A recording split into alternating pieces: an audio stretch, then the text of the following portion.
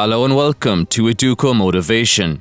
In this video, you'll learn all about the law of relativity, one of the 12 laws of the universe and the 9th in our series. You'll discover the power of comparability and how we use it to both our detriment and our betterment every single day. If you ever wanted to feel greater happiness and contentment, this video is a must-watch. Keep up to date with our latest videos by hitting subscribe and turning on notifications. Please show your support by clicking like.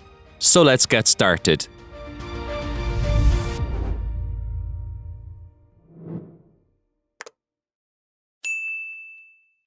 The law of relativity, one of the 12 laws of the universe, decrees that everything is relative. Nothing is good or bad, big or small, fast or slow, until you relate it to something else. Viewed in isolation, everything just is the way it is. Comparison is what provides the perspective. It's only when you compare one thing to another thing that you determine its relative position in your mind. In fact, we each perceive reality in our own way. We look at the world through rose-tinted spectacles, and what we see is not fully accurate because we filter it through our own internal experiences and biases. Furthermore, human beings are so obsessed with relativity that we created instruments to determine the relativity of almost everything. We have thermometers to measure temperature, scales to measure weight, odometers to measure distance, and odometers to measure rainfall. We have speedometers to measure speed, barometers to measure air pressure, and altimeters to measure altitude. They all exist to capture the relativity of things in our physical world. This obsession with measurement and the relativity of things permeates and penetrates all aspects of life. In fact, every day presents opportunities to use the law of relativity to your betterment or to your detriment. This impacts how you feel, your levels of self-esteem, and your momentum towards your goals. The law of relativity asks us to be more mindful of the perspective we take. Everything exists on a spectrum of expression, and multiple perspectives can be applied to any situation or challenge. So no particular person, experience, emotion, or action is evaluated as good or bad until you look at it in comparison with something else. Everything is relative, so in the grand scheme of things, your problems are probably not as bad as you imagine. In other words, you are the one who assigns meaning to things, so you decide if something is bad or a potential opportunity. Yes, life is full of challenges, but no matter what challenge shows up in your life, you are equipped to deal with it. Use it as an opportunity to learn new lessons, gain experience, and evolve into a more competent version of yourself. Realize that almost all pain and suffering comes from wanting something. There is a relative difference between a want and a need.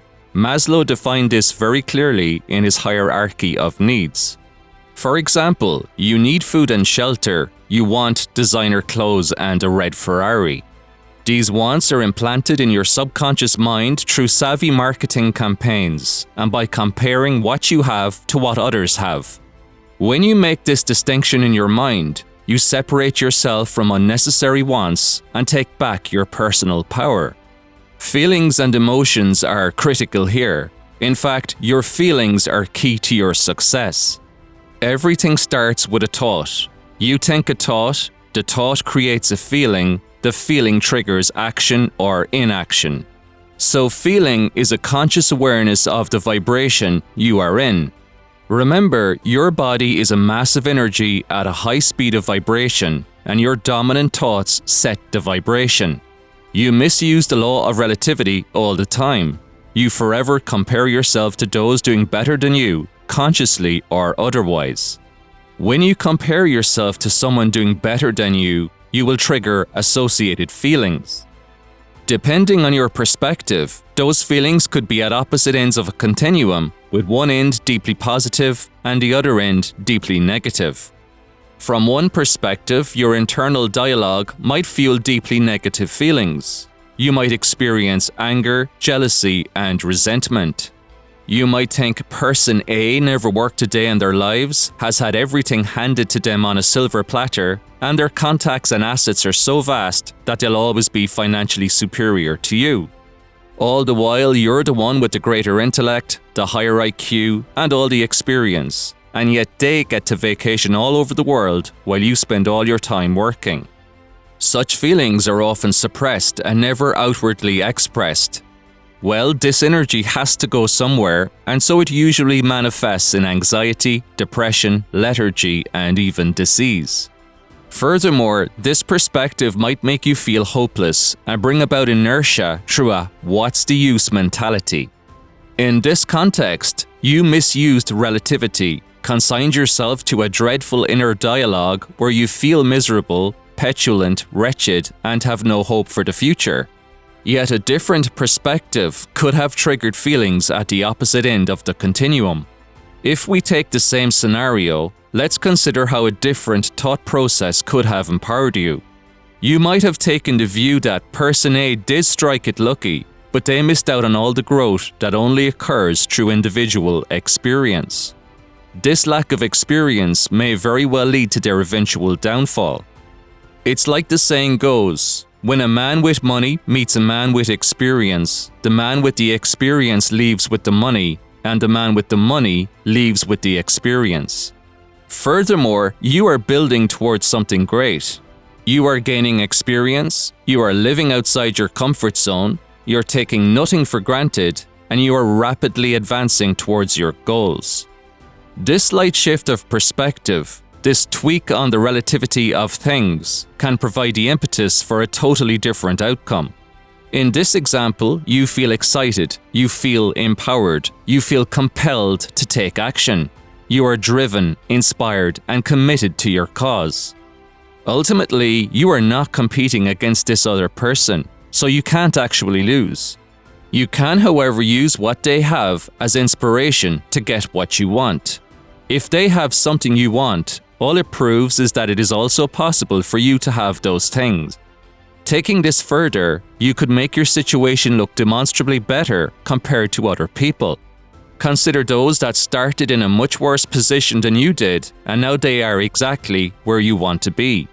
In this context, comparing your position relative to where they started means that you're not only on the right path, but you're ahead of where that person was when they started. Ultimately, we all start at the base of every mountain. Instead of channeling envy and resentment at those on the summit, channel energy and motion along the path they took to get there. Remember, emotion is energy in motion. Your use of relativity determines if this energy is progressive or regressive. Maxwell Maltz once said, "You can never outperform your self-image." If you continue to misuse the law of relativity, you will continue to reduce your self-image. Reducing your self-image reduces the results you will get. Improving your self-image improves the results you will get. Say, for example, you go on vacation with friends. Up to now, you saw yourself as relatively fit and healthy. But after a day spent on the beach, you now think you're obese relative to your friends. You begin to see yourself as an obese person, so you think obese, you talk obese, you eat like an obese person, you feel obese, and you act obese. Each time you look in the mirror thereafter, you feel bad about yourself, which triggers comfort eating and makes things worse. In this example, directly comparing your body shape to a friend's body shape is misusing the law of relativity. Firstly, no two bodies are the same. Genetics, hormones, current state of health, dietary habits, exercise habits, stress levels, age, gender, stage in life are all contributory factors. Your body shape is the composite of all these different things. They may very well have a lower body fat percentage than you do, but would you trade that if you knew you were outperforming them in other key markers of success?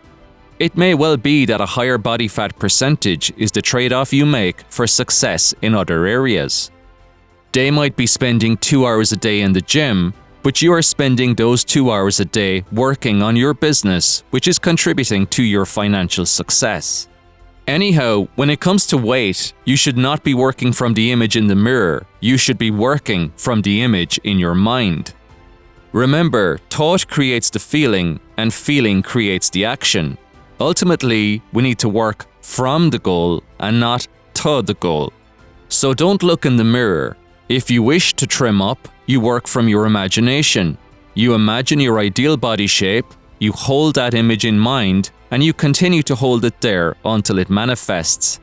In effect, if you are working from the mental image of your perfect physique, this triggers a higher order vibration. You feel good about this image, and your subconscious mind compels actions aligned with it. In fact, you should take deliberate actions from the goal. Instead of buying clothes to fit your current physique, buy clothes that fit your ideal physique. Get one of those old analog weighing scales, dial back the starting point, so that when you hop on the scales, it shows your ideal weight now. Taking such actions in the present changes your self-image. Remember, you can't outperform your self-image, so first expand your self-image within to express it without. Before long, you fuse with the idea and bring it into your reality. You'll think, talk, act, and eat like the very friends you used to envy.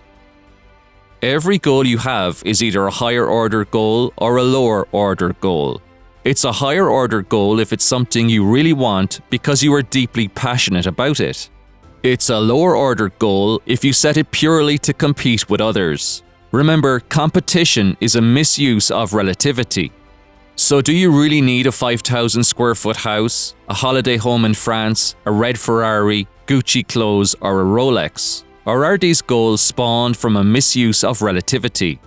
Do your friends or acquaintances have or aspire to these things, and have you adopted these goals just to look comparatively well?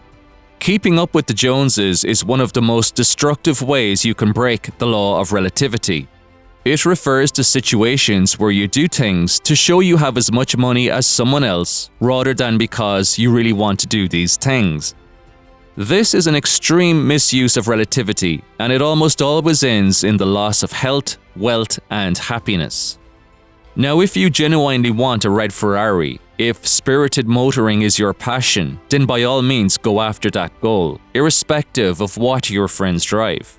But never pursue a goal just to keep up with others. You will generate nothing but stress, frustration, and heartache if you forever compare yourself to those that appear to have more. In truth, we all have more than everyone else in certain areas of our lives. So be thankful for that and focus your efforts on your passions.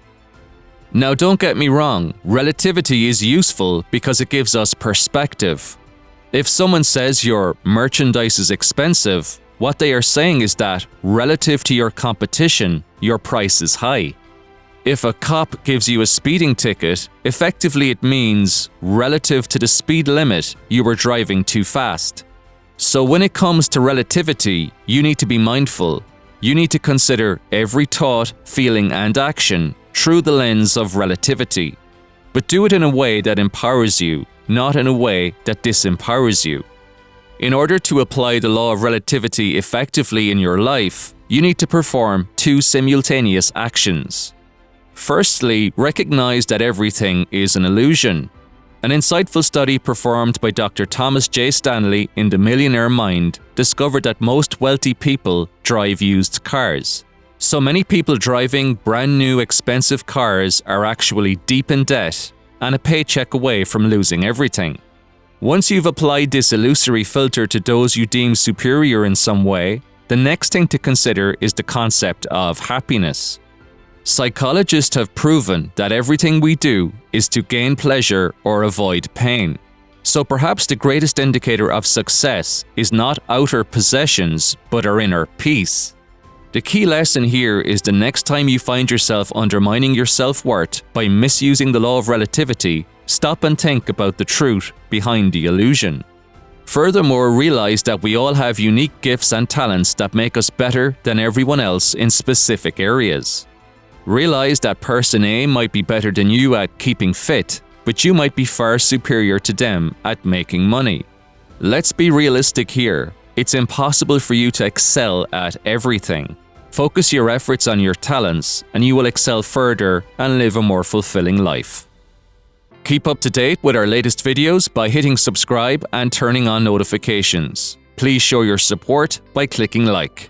Be sure to click the next video on your screen right now. This features the next law in our series, the Law of Polarity. It discusses the concept of duality and why understanding it provides perspective and ultimately success. This video will transform the way you view the world and cause a paradigm shift in your thinking.